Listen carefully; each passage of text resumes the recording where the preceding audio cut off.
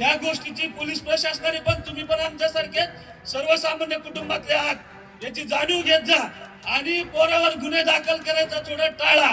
कारण हा महाराष्ट्र माझ्या बापाचा आहे, छत्रपती शिवरायांचा आहे, तुमच्या कोणाचाच नाही. आणि पोलिसाला मी ते सांगणार आहे, मी आता आल्यानंतर मी वर्दीची एवढी इज्जत केली 1.5 वर्षात. तुम्ही जिथं जिथं त्रास दिला तो वर्दीच्या नावाखाली सहन केला.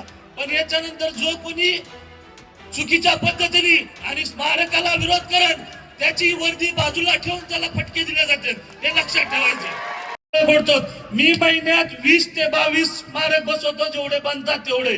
त्यातला रोज माझा लास्ट सीन बघायचा 3 ते 3:30 असतोय, सकाळी 6 ला मी उठतो.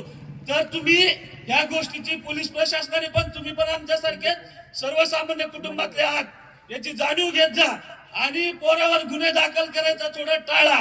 कारण हा महाराष्ट्र माझ्या बापाचा आहे, छत्रपती शिवरायांचा आहे, तुमच्या कोणाचाच नाही.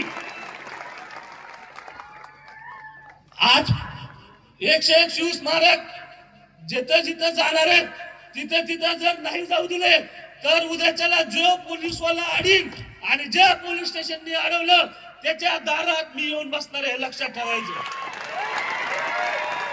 कारण मी आज तुमच्या पुढे एवढं बोलू शकलो, हे माझ्या आयुष्यातलं सगळ्यात मोठं बोललंय. मला बोलता येत नाही, मी डायरेक्ट काम करणारा माणूस आहे. आणि पोलिसाला मी ते सांगणार आहे, मी आता आल्यानंतर मी वर्दीची एवढी इज्जत केली 1.5 वर्षात. तुम्ही जिथं जिथं त्रास दिला तो वर्दीच्या नावाखाली सहन केला.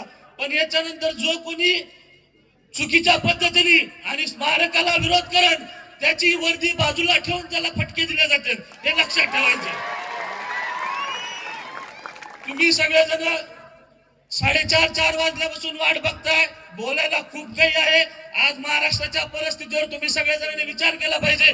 मराठवाड्यात जेव्हा जेव्हा मराठवाड्याचा कुठलं आंदोलन होतंय, मराठवाड्यात कुठले रस्ता रोक होतोय, रॅली निघते, मराठवाड्यात कुठला पक्ष होतोय, मराठवाड्यात कुठली संघटना येते, त्याला मराठवाडा येतो चित्त मान सन्मान देतो. परंतु जेव्हा जेव्हा मराठवाड्याला गरज येते, तुम्ही सगळेजण प्रामाणिक सांगा, कुठला मराठवाड्यातला एक नेता म्हणतोय मी मराठवाड्यासाठी लढतोय? एक सुद्धा म्हणत नाही. यांना फक्त माझा मतदारसंघ, माझे कार्यकर्ते आणि माझं पद एवढ्याच मर्यादित काम करायचंय. आपण या मराठवाड्याच्या